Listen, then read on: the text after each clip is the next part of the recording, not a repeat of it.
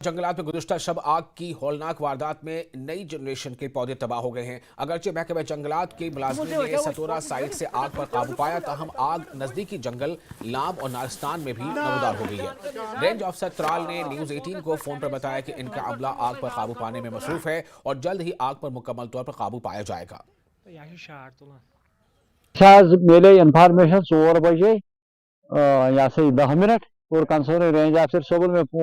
phone इस तो chair सा कंपार्टमेंट कुनवस कुन पन ये फायर कंट्रोल रूम हेत